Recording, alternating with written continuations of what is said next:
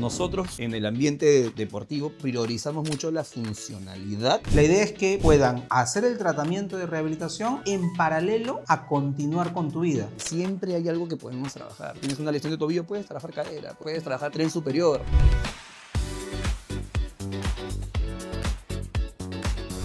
Hola family, ¿cómo están? Bienvenidos nuevamente al inicio del programa Vive Mejor, con quien les habla Renato Salazar. Ya nos encontramos con nuestros invitados especiales el día de hoy, porque nos acompañan dos súper profesionales con quienes vamos a hablar de algunos temas que creo que van a ser muy prácticos y de mucha utilidad para todos nosotros, sobre todo para los que nos gusta o practicamos un deporte o entrenamos. Hoy nos acompañan Eddie Rojas y Giacomo Lavalle, fundadores de Move Better. ¿Qué tal? ¿Cómo están? Bienvenidos. Gracias por la invitación. Felices de estar acá y poder conversar de lo que más nos gusta, que es el deporte en general. Buenísimo. Para empezar, ¿qué les parece ya como dice? Si nos cuentan un poco, ¿no? Acerca de sus especialidades, por favor, que es algo que me interesa mucho, que sobre todo los que nos están viendo entiendan y sepan de dónde viene todo esto que vamos a conversar el día de hoy, ¿no? Vale. Bueno, empezamos. Yo soy tecnólogo médico de profesión en el área de terapia física y rehabilitación y ya con unos años de experiencia específicamente en el campo deportivo y musculoesquelético. Yo soy médico con especialidad en medicina deportiva. Medicina deportiva es una especialidad, ¿no? Y bueno, tengo más de 10 años de experiencia en alto rendimiento, he sido director del IPD y ahora, bueno, desarrollándome en la parte privada y trabajando en lo que me gusta, ¿no? Buenísimo, excelente. Miren, para empezar, yo quería tocar esta famosa, ¿no? Digamos, pensamiento que se tenía años atrás, que, por ejemplo, obviamente, en el desconocimiento hasta cierto punto, como mis abuelos quizás fueron criados en su momento, sufrían de alguna lesión, ¿no? Articular, muscular, sea cual fuera, y la solución era, descansa X cantidad de tiempo, tómate estas pepas, ponte hielo y no hagas sin nada, ¿no? ¿Por qué eso ya no es así y a qué se debe o cómo ha cambiado, digamos, este diagnóstico de cierta forma que se solía dar antes, ¿no? Claro, bueno, en el diagnóstico, el primero es muy importante el diagnóstico. Hay que tener claro el diagnóstico para ver cómo se procede. Pero lo que dices es fundamental. Hasta el día de hoy, yo en la consulta, por ejemplo, me sigo encontrando esguinces de tobillo que han venido enyesados, por ejemplo, ¿no? Entonces, ¿qué pasa? Nosotros, desde la parte deportiva, ¿no? Ahora, hay que dejar en claro que el médico del deporte no solamente ve deportistas, sino maneja las lesiones musculoesqueléticas de cualquier persona. Una señora que le duele la espalda de 80 años se va a manejar como el dolor de espalda de un futbolista profesional, pero cambia con la intensidad que la vas a manejar en cuanto a los ejercicios. Entonces, dicho esto, el tema de me enyesan un esguince, por ejemplo, primero que ya no lo puedes rehabilitar en ese momento porque está enyesado. Segundo, que la inmovilización lo que va a causar fuera de ya el problema de ruptura ligamentaria parcial o completa es la pérdida de fuerza y pérdida de movilidad. Entonces después tienes que rehabilitar también lo que perdiste por la inmovilización. Entonces nosotros en el ambiente deportivo priorizamos mucho la funcionalidad del miembro, del segmento corporal que ha sido lesionado. En ese caso, Eddie te puede contar muchísimo mejor cómo es que abordamos la terapia de manera mucho más rápida con el movimiento. Porque, por lo que dice Giacomo, y cambiamos un poco esto en el tiempo que nosotros trabajamos juntos en el IPD, tú no podrías decirle a un deportista que venía con una lesión X, es decir, descansa. Porque él te decía, oye, en 2 semanas tengo el sudamericano, o en 3 semanas tengo las olimpiadas, o en un mes tengo el panamericano, o la competencia que fuera. Entonces, no le podíamos cortar meses o años de entrenamiento por una lesión X. Entonces, la visión que teníamos en ese momento, tanto desde la parte del cuerpo médico y la parte de rehabilitación, era, tienes que continuar. La rehabilitación iba en paralelo a su entrenamiento, iba en paralelo, se tenían que hacer algunas adaptaciones, algunas modificaciones, contenciones. En algunos casos en el deporte haces eso. Estamos a una semana, te lesionaste, tranquilo. Vendajes, bajamos la parte del dolor, compites y lo que pase después de la competencia lo vamos a resolver después. Entonces, teníamos esa premura de no poder parar. Y en determinado momento, cuando ya saltamos y dimos el siguiente paso a la parte clínica, fue lo mismo. ¿Por qué esta sensación o esta idea de no puedes detenerte? ¿Por qué no se lo pasamos a la señora María de 63 años que tiene que seguir saliendo a trabajar? O al señor Juan que acaba de tener a su hijo y tiene que cargarlo y no puede dejar de cargarlo. Entonces, es exactamente la misma idea. No puedes parar. La idea es que puedan hacer el tratamiento de rehabilitación en paralelo a continuar con tu vida. No tiene sentido que vayas a una consulta y te digan, deja de moverte, diciendo, ¿y cómo salgo a trabajar? ¿Cómo hago mis actividades de vida diaria y lo demás? O sea, no hace sentido en lo que es la vida real. Y aparte, para dejar muy bien claro, deja de moverte, al final es perjudicial. ¿No? Eso lo quiero dejar muy claro, porque te quedas sentado porque estás enfermo, te quedas sentado porque estás con una lesión, y lo que estás haciendo es perdiendo la movilidad, perdiendo la fuerza, perdiendo todo lo demás. Entonces es lo peor que le podemos recomendar a un paciente. Siempre hay algo que podemos trabajar. Tienes una lesión de tobillo, puedes trabajar cadera, puedes trabajar core, puedes trabajar tren superior. O sea, siempre hay maneras de poder adaptar un trabajo funcional, un trabajo que implica ejercicio en un paciente que está lesionado. O sea, básicamente podríamos decir de cierta forma que el estar parado, sobre todo una buena cantidad de tiempo, al final te resta capacidad, ¿no? Sí, claro, totalmente. Y en ese sentido, obviamente, me imagino que hay bastantes matices, ¿no? Y no sé si tampoco es correcto ejemplificarlo de esta forma, por no decir agruparlo, pero existen, por ejemplo, a grandes rasgos, ciertos lineamientos, periodos quizás, en relación a, por ejemplo, cuando la lesión es ¿no? al hueso, al tejido óseo, cuando es quizás articular, ¿no? Tendones, ligamentos, y cuando es muscular, existe, digamos, como que algún no sé si una persona que nos está viendo pues sufre una fractura X o otra que quizás tiene un tema con los ligamentos, una ruptura parcial. ¿Hay algún marco, digamos, en cuanto a tiempos, periodos más o menos de trabajo? ¿Algo que les podamos compartir desde ese lado? O sea, sí, cada tejido tiene sus tiempos de cicatrización, eso está claro, ¿no? O sea, no se le puede acelerar, por ejemplo, el proceso de la consolidación o sin una fractura, por ejemplo. Hay que respetar los tiempos de cicatrización, en este caso del hueso, si es el caso ligamentario, muscular igual, pero mientras tú vas respetando ese periodo de cicatrización, que dependiendo de la lesión va a variar en el tiempo, ¿no? Tienes un esguince grado 1, son más o menos 3 semanas, un esguince grado 2 puede ser hasta 6 semanas, y así, ¿no? El hueso, por ejemplo, son 4 meses para que termine de remodelarse y quede como estaba previamente, ¿no?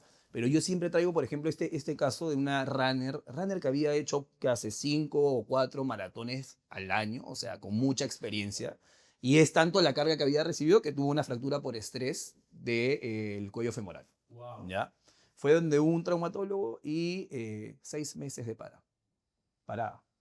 ¿Por qué? Porque la lógica fue más o menos el hueso demora 4 meses, que 4 a 6, no hagas nada para que el hueso se rehabilite, para que se cicatrice, listo.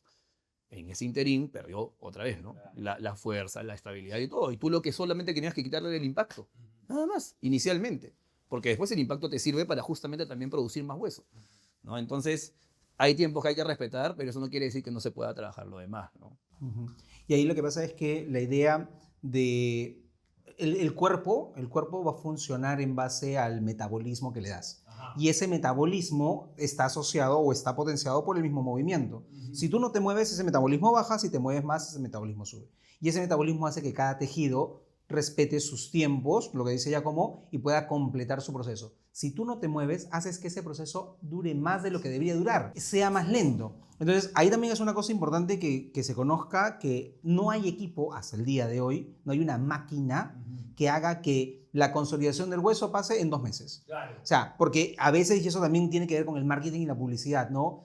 Con la máquina TheraPlus 5000 te aceleras tu proceso de recuperación. No. Lo que hacen las máquinas, por eso nosotros también le decimos a los pacientes, ¿te debo colocar máquinas? Sí, para acompañar tu proceso. Quiere decir, para que no se haga lento, para que consolide o cicatrice en el tiempo que debe cicatrizar. No lo voy a acelerar. Pero lo que realmente te va a ayudar es que te muevas.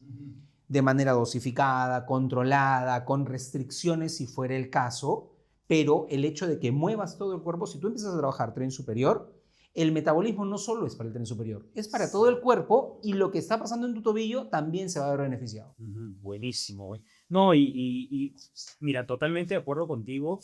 O sea, al final hoy el marketing, sobre todo el neuromarketing, pues, ¿no? Esa, digamos, hasta cierto punto falsa sensación de esperanza a veces que encontramos detrás de los productos, ¿no? O sea, y lo vemos en realidad en todos los campos y a toda escala, ¿no? Pero claro, como a veces pues uno puede ver que el deportista X, no sé, se está metiendo una cámara hiperbárica porque supuestamente, porque quizás ya botó todas las otras herramientas que le quedaban y aún así no logra, digamos, reponerse a tiempo porque como los ejemplos que ustedes también han puesto, ¿no? La competencia, ¿no? O sea, cómo la competencia también cambia por completo esta, ¿no? esta expectativa al final de recuperación, porque inevitablemente, pues, la carrera deportiva inevitablemente es mucho más corta. corta que una carrera profesional. Sí. Hay momentos, pues, que son clave para el deportista, ¿no? Y en ese sentido, y ahorita quizás entrando un poco más al tema del deporte per se y la competencia, hemos visto varios casos, ¿no? En el fútbol lo vemos con mucha frecuencia no sé si es puntualmente, pero sobre todo también en lesiones de rodilla, ¿no? En ligamentos. Lo hemos visto en deportistas, digamos, de estrellas individuales, como por ejemplo Neymar, que hasta el día de hoy, pues, es muy criticado y él hace una labor titánica, siendo que él ya tiene una lesión crónica a la rodilla que nadie le ha podido solucionar y que él igual, a pesar de eso, hace una serie de cosas para poder seguir entrenando, compitiendo, porque su sueño siempre fue ser campeón mundial, estar en mundial a la vuelta de la esquina, y es la última chance que él tiene para hacerlo. Lo vimos a nivel local también, por ejemplo, cuando Jefferson Farfán regresa a Alianza, ¿no? Con una rodilla que ya había tenido múltiples intervenciones. Aún así, como el atleta en búsqueda quizás de lo que, ¿no? De la gloria al final, ¿no? Digamos, cumplir este sueño de dejar también un precedente en algún club, institución con la que tengan obviamente afinidad, dejan literalmente pues el físico al final en la línea, ¿no? Y que evidentemente eso a largo plazo genera una serie de consecuencias para poder, digamos, seguir compitiendo, para dejar su grano de arena y para poder estar ahí en un momento que tranquilamente puede ser, no se puede volver a repetir Como el techo, en claro. su vida, ¿no? Pero que para sobre todo, y esto no creo, esta pregunta no va tanto para el deportista profesional que hasta cierto punto quizás se puede entender, ¿no? O sea, al final él monetiza con su cuerpo, hay momentos que son irrepetibles en la carrera de uno, la carrera es corta, pero hay también deportistas hobbyistas que lo hacen, incluso invierten su dinero para poder entrenar, prepararse, tener los equipamientos, alimentarse de cierta forma. Y a veces también pues se apresuran, ¿no? O que también dicen, oye, ya sí tengo esto, pero igual tengo la competencia acá, igual ya pagué por mi inscripción a esto. ¿Qué les podríamos compartir a ellos? No sé si solamente también desde la parte técnica, sino también desde la parte, digamos, quizás ética, ¿no? ¿Por qué eso termina siendo un error? Sí, mira, ahí hay algunas cosas que comentar o compartir. En deporte formativo, en muchos casos, a los chicos que están, básicamente eso, es una etapa formativa, estamos hablando de 12, 13, 14 años, en algún momento nos llega alguna consulta con Giacomo y dice, ¿y qué haces? Voy al colegio, compito con los deportes variados que hay, pero salgo al colegio 2, 3, 4 horas de entrenamiento de tenis, 3, 4, 5 veces al día, y después los papás te preguntan, ¿pero y por qué se lesiona? O sea, se está lesionando porque lo estás sobrecargando de un tipo de actividad y que ni siquiera tiene un respaldo de base. No, porque nosotros hablamos mucho de, ya como yo, tú quizás, nosotros salíamos a la calle a jugar en cualquier momento del día, 2, 3, 4 horas, tirándote al piso, dando vueltas, subiéndote al árbol, haciendo un montón de cosas que hoy por hoy los niños no lo tienen. Entonces, esas condiciones básicas de movimiento que te dan la flexibilidad, la elasticidad, la coordinación, ya no la tienen, pero le pides que vayan a un deporte específico, con algunos parámetros específicos, sin tener la base. Eso no va a generar algún problema. Ahora, lo otro es que durante las competencias, la gran mayoría de deportistas amateurs te dicen, tengo esa lesión y por si acaso corro en 2 semanas. No te preguntan si es que van a llegar a correr o no. Igual te dicen, por si acaso corro, Adidas es ahorita en mayo y voy a correr. O sea, ¿cómo hacemos para que corra? Entonces, le explicas y qué es lo que pasa. Mira, podemos llegar, mira, quizás nos ha tocado en algún momento también decirle, cambia de una vez, esta semana tienes que cambiar la fecha de 42 a 21, cámbialo, porque tienes la de agosto y tranquilo, porque si no nos vamos a sobreexigir y al contrario, lo que en estos momentos puede ser una tendinopatía o puede ser una tendinopatía, por poner un ejemplo, si se sobrecarga puede convertirse en un desgarro y también te vas a perder la de agosto. O sea, esas cosas hay que ponerlas también en la mesa y al final el deportista, como tú dices, ¿no? Mira, quiero correrla, me falta correr esta, es la última para completar el ciclo y llevarme la medalla, si fuera la de Boston, otra cosa, o la de Chicago, tengo que ir. Vaya, y después de lo que pase, nos encargamos y resolvemos. Sí, o sea, eso es clave lo que dice Eddie. Y también yo quiero incidir mucho en la base. Y esa es una cosa que Perú adolece en general en el deporte. La preparación física, la parte inicial, donde cuando recién el deportista, entre comillas, o sea, el niño se está formando, no es buena. No es nada buena. Entonces acá tienes niños, por ejemplo, y hablamos de fútbol, que es el deporte, digamos, más popular y profesionalizado en Perú junto con el vóley, porque los demás deportes no son profesionales. Y tienes al futbolista o al niño que quiere ser futbolista, que llega sin comer muchas veces, que llega sin hidratarse, que llega de 4 horas en un bus o en un micro, entonces que no tiene suplementación, que no tiene los recursos que tienen en Europa, por ejemplo, ¿no? Entonces la base que ya está construyendo no es una base correcta, no es adecuada para la carga que va a recibir, porque muchas veces perdemos de fondo o de vista que el deporte no es lindo ser deportista de alto rendimiento, es difícil.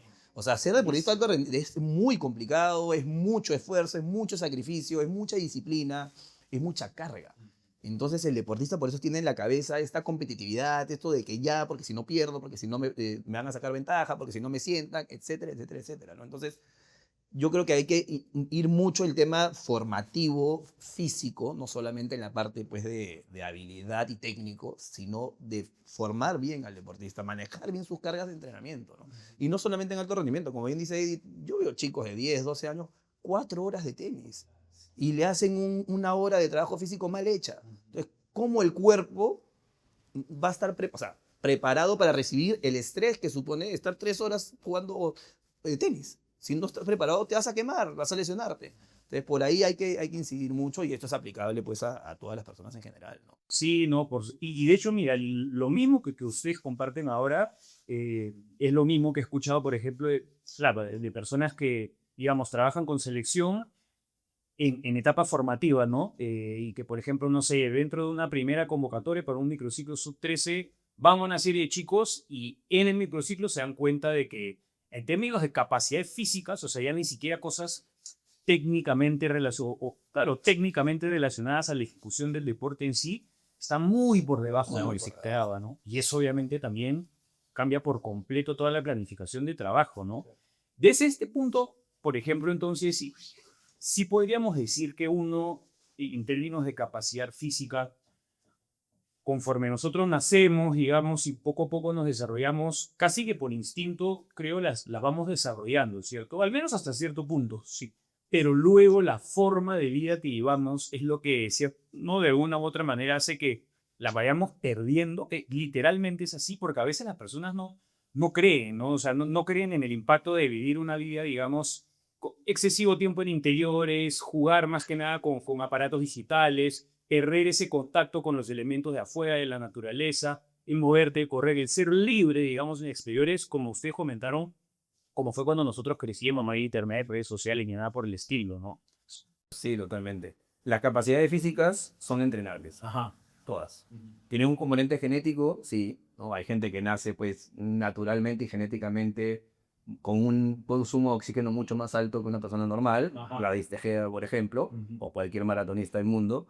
Hay gente que nace con mayor predisposición para hacer fuerza, ¿no? Que otras, pero hay otro porcentaje que se entrena para mejorarlas. Entonces, si ese porcentaje que tú lo puedes mejorar entrenando, si tú no lo entrenas, lo vas a perder. Ajá. Ahí por ahí viene el tema. Entonces, justamente lo que hablábamos antes con Eddie, contigo ahorita, sobre las lesiones, la movilidad y todo, lo que trata justamente es de no perder las demás capacidades físicas o mejorarlas mientras que la lesión va rehabilitándose, ¿no? Entonces, es súper importante incidir en eso, porque si tú no tienes la fuerza la vas a perder, y tú sabes que a partir de los 40 años la fuerza se comienza a perder naturalmente, todos vamos a perder fuerza a partir de los 40 años. Por eso es importante seguir entrenándola. Hoy en día que la fuerza tiene tanta importancia a nivel en general, ¿no? O sea, es básico tener fuerza, ¿no? Igualito pasa con la capacidad aeróbica, igualito pasa con la elasticidad, igualito con la movilidad, coordinación, etcétera, ¿no? Entonces, como tú dices, si el niño pues lo tenemos sentado viendo tele, para que no, porque ahora muchos papás, yo lo veo en los restaurantes, le ponen el celular pues porque no quieren que estén fastidiando y quieren comer tranquilos, o que se queden en la casa, porque también hay algunos que no sé, tienen miedo de que salgan, etcétera. Y literalmente Eddie puede dar mucho más fe que yo. Hay niños de 7 años que se tropiezan caminando porque no tienen la coordinación, ni tienen la facilidad de caminar porque no lo han entrenado, no lo han hecho, ¿no? O sea, hay muchas cosas que los padres seguramente van a empezar a identificar. Es el diagnóstico de pie plano, mucho diagnóstico de pie plano. Pero claro, ahora estamos trabajando, vivimos y nos desplazamos siempre una estructura base sólida, el cemento, por decirlo, ¿ok? Y ya no tienes esto de que estás caminando descalzo en la playa, en el parque, saltando, subiendo, trepando un árbol. Antes pasaba que tenías a un niño y si le quitabas la vista 2 segundos y ya estaba encima del árbol o se había subido un mueble y todo lo demás. Y ahora lo que buscamos es que se queden quietos, que se queden sentados. Y esto empieza desde incluso la edad escolar cada vez es más anticipada. A los 2 años ya los estás mandando a 2, 3 horas de nido donde los buscan tenerlos sentados, tenerlos con alguna actividad. Y el hecho de lo que estamos haciendo nosotros en estos momentos es cadera cerrada, que me hace que pierda amplitud de movimiento para muchos desplazamientos. Entonces, si yo no tengo estas condiciones básicas que son la elasticidad, la flexibilidad, la movilidad, no voy a poder luego desarrollar un movimiento como cualquiera, correr, saltar, subir, bajar escaleras. Y si no tengo estas cualidades, no voy a poder desarrollar habilidades. O sea, no me puedes pedir que sea muy bueno en un deporte en particular, cuyas habilidades son muy específicas, si no tengo una coordinación, un buen movimiento, y no voy a tener eso si es que no tengo una buena elasticidad, flexibilidad, movilidad. Todo claro, al final son cosas complementarias, digamos, y que una afecta a la otra. Y en ese mismo ejemplo que diste, Eddie, claro, nosotros ahorita estamos sentados, como mencionaste, ¿no? Cadena cerrada. ¿Cómo? Y esto es algo que a veces yo comparto y como que la gente no, cuando lo mencionas a veces como que sí, pero antes no se habían puesto a pensar es cuántos casos vemos, por ejemplo, de gente que trabaja en oficinas, pasa todo el día sentado y de ahí cuando le dan las 7 de la noche coge su mochila, coge sus cosas y se va a jugar 1 hora de fútbol, 1 hora de pádel, habiendo tenido esto, todo esto, digamos, previamente y a veces tú también llegas a... Todos hemos jugado fútbol en una cancha por alquiler, empieza a correr el tiempo y tú tienes 1 hora para jugar, nada de que llegas a activar, a calentar, porque hubo un turno antes que el tuyo, ¿no? Entonces, ¿por qué podríamos decir que esto podría terminar hasta siendo peligroso para alguien, ¿no? Lo que pasa es que nosotros, por lo general, sucede que vas a encontrar personas que te dicen soy activo, ¿ah? Por si acaso, yo sí soy activo. ¿A qué te dedicas? Oficina de 8 de la mañana a 7 de la noche, pero voy 1 hora al gimnasio. A estar sentado en una máquina, Cargando... metiéndole una cantidad de peso alucinante. Entonces, no, eso no te es activo. Lo que nosotros siempre vamos a buscar indicar a la persona es que se mueva. Porque es diferente deporte, y ahora ya como seguro nos va a especificar eso, deporte, ejercicio y actividad física. Lo que nosotros recomendamos siempre es actividad física. Actividad física de todas maneras. Ejercicio para algunos y deporte para muy pocos todavía. Entonces, siempre buscamos las pausas activas. Si tienes que irte... Y una pausa activa metida en tu vida es, oye, el mercado o el supermercado está a 3 cuadras de tu casa, no saques el carro. Claro, O sea, anda caminando. anda Carga tus caminando, bolsas, ¿no? tal cual. El hecho de ponerte a jugar con tus hijos, ¿sabes? Ascensor para un piso. Tal cual, imagínate. Ese tipo de cosas son las que van a empezar a generar esos pequeños cambios en tu vida, ¿no? Oye, sí, tengo que llegar sobre la hora, regálate 5 minutitos, ¿no? A veces nosotros nos juntamos para jugar y uno se acuerda, ¿no? Oye, antes tú llegabas, te cambiabas y a la cancha, pero ahora a los 42 en mi caso, si yo hago eso, medio tiempo ya estoy afuera. O sea, tienes que también conocer a tu cuerpo y saber de cuánto tiempo estás saliendo de inactivo a querer meterle una carga explosiva, una fuerza máxima o cambios de velocidad de reacción, pueden pasar de factura. No es para alarmar a la gente, es decir, de todas maneras te vas a lesionar, pero la posibilidad de que suceda es más alta. Y lo que tenemos que buscar es la adherencia. Si no, no sirve de nada. O sea, yo voy a comenzar a hacer deporte, pucha, porque quiero bajar de peso, porque me quiero ver mejor, o me han dicho que me voy a sentir mejor, o que voy a mejorar tal o cual enfermedad con eso, y le comienzan a meter, ¿no? Y se termina lesionando, entonces interrumpes el proceso, no te adhieres al deporte o al ejercicio, y tienes que parar. Entonces, sí es súper importante. Yo siempre le digo a los pacientes, por ejemplo, lo ideal, en el mundo ideal, una persona que recién va a comenzar a hacer ejercicio, o sea, tiene que pasar con un físico. Es obligatorio, para mí es obligatorio. ¿Por qué? Porque si tú estás yendo, por ejemplo, vas a comenzar a ir al gimnasio porque te han dicho que la fuerza te va a ayudar un montón para un montón de cosas.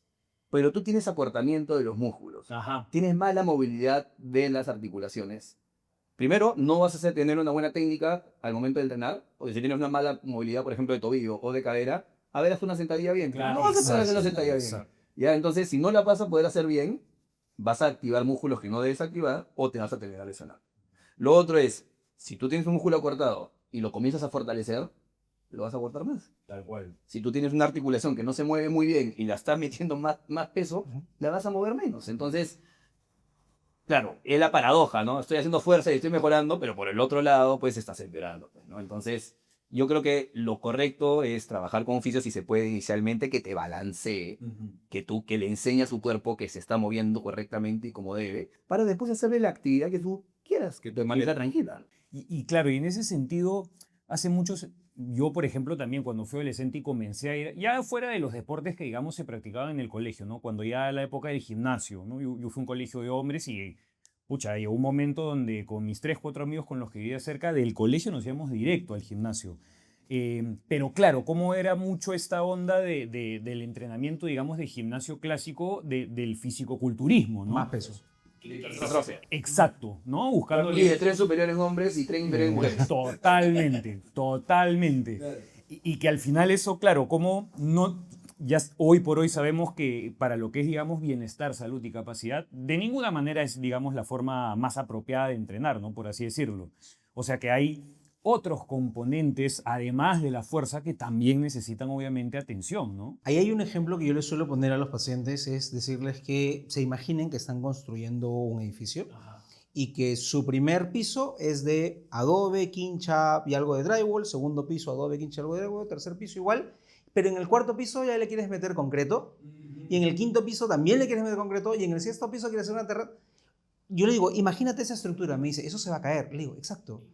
Eso se va a caer en algún momento. No te estoy diciendo que cuando le pusiste el cuarto piso ya se viene abajo. De repente te aguanta 2 temblores, un terremoto. Pero las posibilidades de que eso se caiga son muy altas.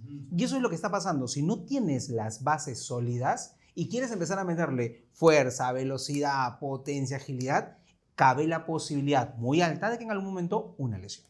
Y ahí entra un tema que todavía no hemos hablado, que es súper importante, que engloba todo esto, la palabra prevención. Ajá. Esa palabra es clave y medicina del deporte y fisioterapia deportiva se trata mucho de la prevención y es educar mucho al paciente, otra vez.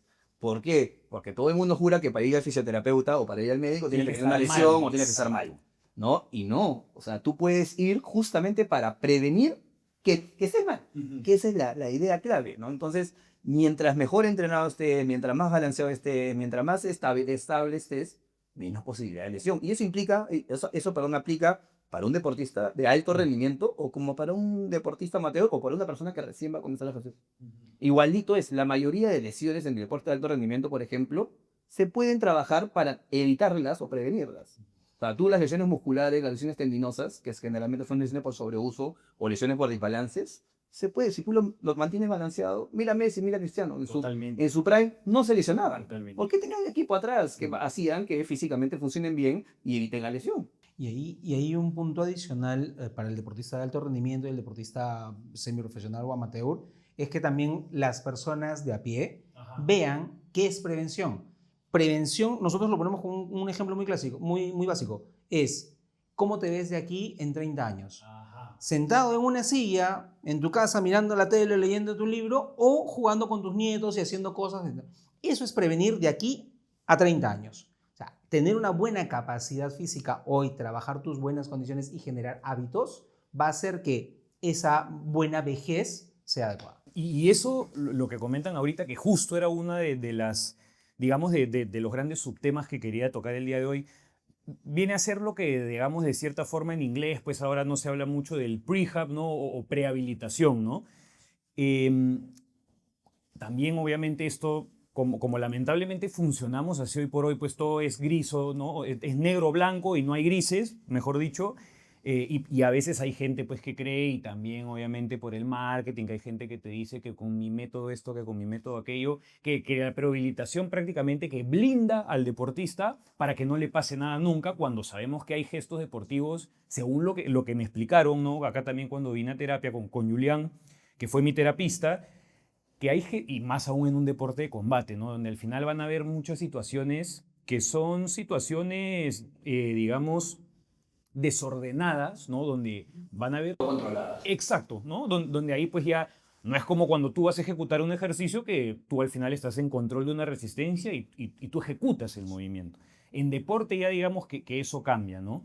Pero claro, entiendo entonces que si bien es imposible obviamente blindar a alguien en contra de cualquier tipo de lesión, y quizás esto también conecta con lo que nos comentaron en la pregunta, en la respuesta, digamos, anterior, que lo que nos comentaron que era actividad física, ejercicio, si no me equivoco, y deporte, ¿no? No sé si nos podrían desarrollar un poquito más eso, entender quizás cuál es la diferencia entre estas, no sé si llamarlo etapas, digamos, o escalas del movimiento que uno puede tener para que lo que nos están viendo, o sea, sean conscientes realmente, ¿no? La actividad física es cualquier movimiento que implique un gasto energético, o sea, un gasto de energía. Cualquier contracción muscular. O sea, ¿qué cosa? Bajar escaleras, subir escaleras, limpiar la casa, limpiar el carro, salir a caminar. Todo eso es actividad física, porque estás haciendo un movimiento, ¿no? Que los músculos se están contrayendo y estirando para producir el movimiento y están consumiendo calorías o energía, ¿no? El ejercicio es una actividad física, pero que está haciendo, que tiene una planificación, que tiene una estructura y que tiene un objetivo, ¿no? Entonces, por ejemplo, ir al gimnasio a hacer pesas es un ejercicio. Venir a hacer terapia física, estás haciendo ejercicio porque te están haciendo elasticidad, movilidad, con un objetivo que es rehabilitarte o hacer rehabilitación, etc.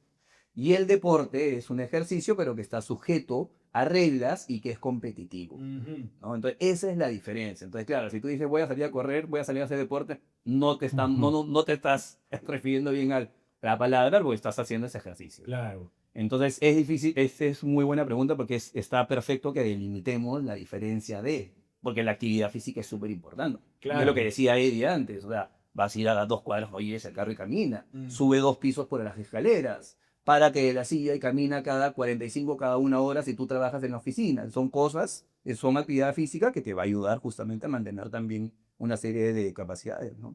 Y porque también podemos entender que, digamos, el riesgo, por así decirlo, percibido como que va, claro, el riesgo, digamos, de pararte a caminar o de subir 2 pisos es uno, el riesgo de entrenar, justo lo que acabamos de mencionar, ¿no? Con una determinada resistencia que tú entiendes o sabes que puedes controlar, ejecutando un movimiento que ya has repetido, que al menos si probablemente tienes supervisión para hacerlo, y a otra cosa es el deporte en sí, que como conversábamos, hay muchas cosas que escapan del control de uno mismo en la ejecución del deporte, ¿no? Totalmente. Totalmente. Y ahí sí hay que tener claro las características de cada deporte, ¿no? Para saber a qué te enfrentas también. O sea, como médico y como oficio sabemos que en un fútbol lo más común es una serie de lesiones. En tenis va a ser diferente, en natación son diferentes. Tienes que saber el gesto deportivo, porque tienes que saber más o menos cómo es que se produce la lesión. Pues el paciente o el deportista llega, oye, me lesioné tal, ya, ¿cómo fue? Entonces, mientras te va contando cómo fue que se lesionó, tú ya vas teniendo una idea de qué se ha podido lesionar y que ya la complementas con la evaluación, ¿no? Y mira, y me parece excelente esta última palabra que justamente has dicho ya, como ya estamos llegando al final de la entrevista. De verdad, se ha pasado volando el tiempo. Había muchas cosas que conversar. Ha sido súper didáctico, así que de antemano ya les agradezco por eso. Acerca del tema que tiene que ver, pues no, perdón, la última palabra que mencionaste fue el gesto técnico. Exacto. En deporte, como vemos, por lo general, ¿no? No en todas las disciplinas quizás, pero siempre nosotros tenemos una extremidad, digamos, dominante, ¿no? Así como nosotros escribimos con una mano y no con la otra, porque yo escribo con mano derecha y si escribo con la izquierda me va a salir algo totalmente distinto. No comparten, digamos, la misma habilidad. No solamente eso también se transfiere al deporte, ¿no? Pues en el fútbol, por ejemplo, uno tiene un pie de apoyo, el famoso pie de pivote. También hay deportes que por naturaleza son unilaterales, ¿no? Como por ejemplo el tenis, ¿no? Donde al final uno por lo general va a tener, según lo que entiendo, una mayor cantidad de golpes con un brazo versus cuando va, digamos, a hacer un revés, ¿no? Y claro, yo cuando vine en realidad, y esto lo cuento también a modo de anécdota, acá justamente a Monfebrer para que me evalúen inicialmente, yo vine por una lesión aguda, que tuve un accidente, etcétera, pero también las evaluaciones que me hicieron con el dinamómetro y las evaluaciones de movilidad también, si no me equivoco, no sé si me acuerdo las siglas FMS. Claro, encontramos también que habían otras descompensaciones, de hecho, de la cadera para abajo, algo que no tenía que ver estrictamente con mi lesión y que eran justamente porque en el deporte que yo practicaba, el arte marcial, había un lado dominante y que eso, sobre la marcha del tiempo y de manera consecutiva, estaba generando una serie de alteraciones que yo no estaba viendo, que no estaba tratando, ¿no?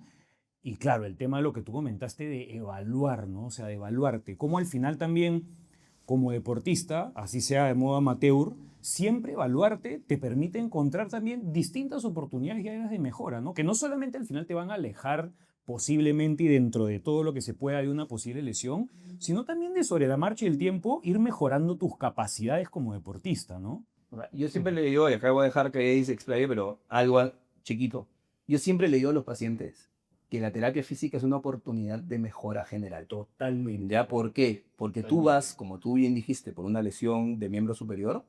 Claro, la vas rehabilitando, pero en el camino el fisio te hizo, que ya iba, seguro va a profundizar más, te hizo una serie de evaluaciones y se dieron cuenta de 1000 cosas más que tienes. Entonces, ¿qué pasa? Nosotros, por ejemplo, acá en la clínica, y tú que hemos trabajado en el mismo IPD, llegas por esto, pues, el paciente o el deportista se termina quedando con nosotros. Ya rehabilitó la lesión, ¿no? Pero sigue trabajando con nosotros porque, claro, hay 1000 cosas más que trabajar que no las hubiese podido ver si no se lesionaba y hubiese llegado con el fisio correcto o con el médico correcto. O sea, lo que sucede es que para nosotros es importante que todo tratamiento inicie con una evaluación. Y digamos que el flujo que nosotros tenemos siempre es, pasas la consulta con el médico y el médico te da un diagnóstico. Nosotros no podemos entrar a ciegas con un paciente si no tenemos un diagnóstico. Diagnostican el por qué y el cómo. Okay. Luego nosotros nos encargamos de ver las cuestiones mecánicas. ¿Por qué pasó esta lesión? También vamos a complementar ya la información que nos viene desde la parte médica y lo que nosotros vamos encontrando. Y cuando nos dedicamos a hacer la evaluación funcional, que es la evaluación de FMS, empezamos a ver patrones de movimiento. Lo que te decía yo, como si no tengo buena movilidad en el tobillo, no tengo buena movilidad en cadera, y te evaluamos una sentadilla, vamos a ver dónde salen estas compensaciones. Entonces el FMS te da 7 patrones para evaluar y empieza a lanzarte señales de ojo con lo que está pasando en la espalda, ojo con lo que pasa en esa cadera, mira cómo está la estabilidad cuando se queda apoyado en un solo pie, etcétera de cosas. Entonces, eso para nosotros es un primer pantallazo para decir, mira, sí, la lesión viene de acá, pero ojo con todo lo demás que si no es ahora, quizás más adelante podría, lo que decíamos del edificio, podría caerse. Y por otro lado, el tema de la fuerza, específicamente con la dinamometría, si bien es cierto hay muchos deportes o muchas actividades en generales que son asimétricas, también existe un parámetro para esas asimetrías. Entonces, nuestro rango de asimetría, indistintamente del deporte que tú puedas practicar, siempre debe estar entre un 10 y 15%. Lo ideal es que esté menos de 10%, mientras más cerca al 1, mejor, pero si nos vamos del 15% para arriba, ya nos empezamos a aumentar la posibilidad de una lesión. Insisto, a mí no me gusta alarmar al paciente o a la persona con la que converso porque dice, no, mira, 20% de, uy, te vas a romper. No. Hay muchos factores que van a influir en que termines rompiéndote o no, pero el que sea 20% de asimetría es uno de ellos. Y lo podemos controlar. Entonces, una de las cosas que le suele pasar a la gran mayoría de deportistas, indistintamente del deporte, es la asimetría que tienen entre el cuádriceps, que lo entrenan mucho, y los isquiotibiales o los femorales, que lo entrenan muy poco. Mi caso, ese fue mi caso puntual. Y por eso es que son los músculos que más se ¿Qué más se desgarra? Porque ese desbalance de fuerza en algún movimiento explosivo sin control, ¿ok?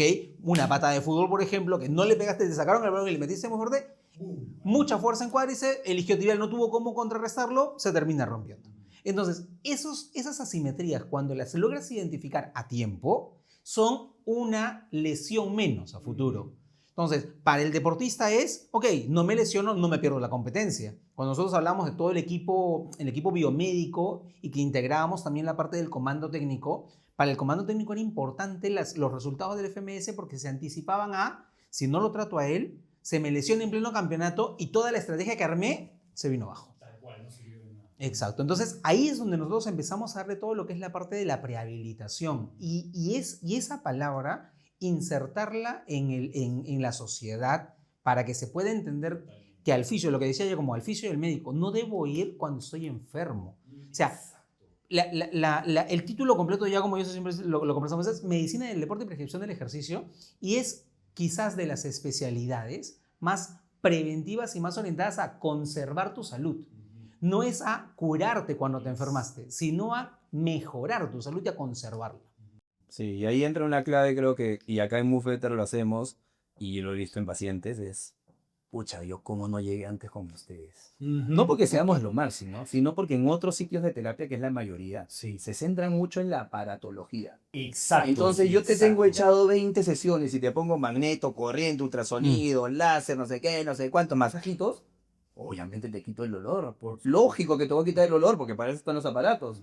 Pero no te corregí nada. Exacto. Entonces después vas a regresar porque tu conformación, la estructura sigue igualita. Y ahí viene, claro, es que esto me lo cubría el seguro, pero claro, mira, 5 meses perdí. Exactamente. Entonces, ¿qué vale más? El tiempo o la plata, ¿no? Entonces, Es darle mucha educación a la persona, pero felizmente la gente cada vez hace más ejercicio y cada vez se preocupa un poco más por su salud y eso está buenísimo. Sí, no, y mira, y como para dar también o sea, contar un poco cómo fue también mi propia experiencia.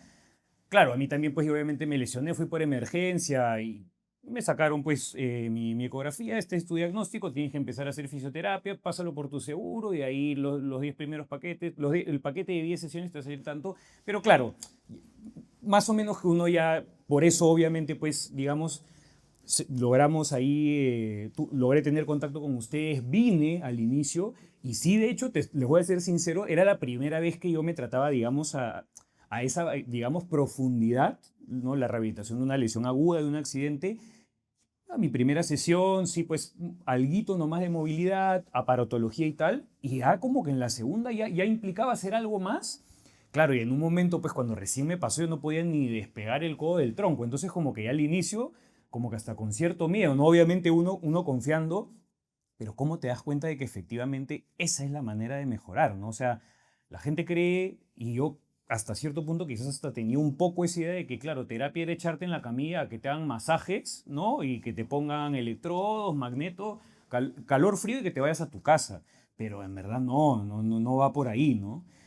¿Dónde podemos, a modo de cierre, y una vez más quiero agradecerles de verdad un montón a los dos? Me parece que ha sido una conversación súper didáctica. Yo mismo también ya quiero escucharlo nuevamente. Agradecerles también, de hecho, porque yo he aprendido mucho acá, cosas que sigo aplicando. Tengo todavía trabajo que seguir haciendo. De todas maneras, yo quiero seguir también viniendo, como conversamos, ¿no? Para seguir trabajando en oportunidades que nunca dejan de existir. ¿A dónde podemos derivar a los que nos están viendo, quieren saber dónde está Move Better, cómo pueden conocer acerca también de sus servicios, ¿no? Porque acá hay desde evaluaciones, descargas, terapia física, prehabilitación, ¿no? Dependiendo obviamente del caso de la persona. ¿Qué les podemos compartir al respecto? Bueno, invitarlos a que nos puedan seguir en las redes sociales de Move Better. Tenemos ahí el Instagram, en el TikTok también ya estamos incursionando Buenísimo. para compartir un poco de esto, que era lo que decíamos, que era cambiar el chip a nivel social sobre lo que es fisioterapia y todos los beneficios que se puedan tener. Aquí nosotros encantados de hacer lo que ya les comentaba Renato, desde evaluaciones, el recovery, porque incluso le estamos cambiando el nombre de las descargas. Eso podría ser en algún momento también conversarlo, porque es más importante recuperarte, no solamente soltarte. Pero hacemos la parte de rehabilitación y la parte de prevención de lesiones. Ya como también nos va a mencionar ahí sus redes sociales, también ahora que nos está creando contenido para esto. Por supuesto, por favor. Sí, también incursionando un poquito en las redes, como doctor Giacomo Lavalli. Estoy en Instagram, también en TikTok y nada, acá también hacemos obviamente consultas de medicina del deporte. Lo que vemos básicamente son lesiones musculoesqueléticas en general, un poquito de asesoría también sobre la prescripción del ejercicio, ¿no? Cómo debes comenzar a hacer ejercicio o deporte. Y básicamente es eso lo que hacemos acá, ¿no? Entonces, encantado de poder recibirlos, de poder colaborar y de poder sobre todo educar, porque creo que lo que falta mucho en este rubro es la educación y romper con lo que tú iniciaste esta conversación, con romper ese paradigma de que no, uno tiene que ir que cuando está lesionado, que no tiene que ir al médico, la medicina del deporte no existe, o cualquiera es médico del deporte, o cualquiera es fisioterapeuta especialista en deporte, ¿no? Entonces, es romper con eso, educar, como te digo, y ayudar a los pacientes, que finalmente los dos hemos estudiado de carrera de salud con la idea de ayudar a las personas desde nuestro espacio, ¿no? Excelente, excelente. Oye, muchísimas gracias a ambos, de verdad. Agradecer también una vez más al equipo y a la familia de Move Better. Vamos a dejar las redes sociales aquí también, de Eddie, de Giacomo y de Move Better, para que los puedan seguir, conocer un poco más acerca de su trabajo y en el caso de Move Better de los servicios que brindan. Hasta aquí llegamos con nuestro episodio del día de hoy. Gracias a todos por vernos una vez más. Ya saben, suscríbanse al canal a los que aún no lo han hecho para que se enteren acerca de los estrenos de los siguientes episodios. Y nos vemos la próxima semana aquí en Vive Mejor, con quien les habla Renato Salazar. Chao, chao, hasta la próxima.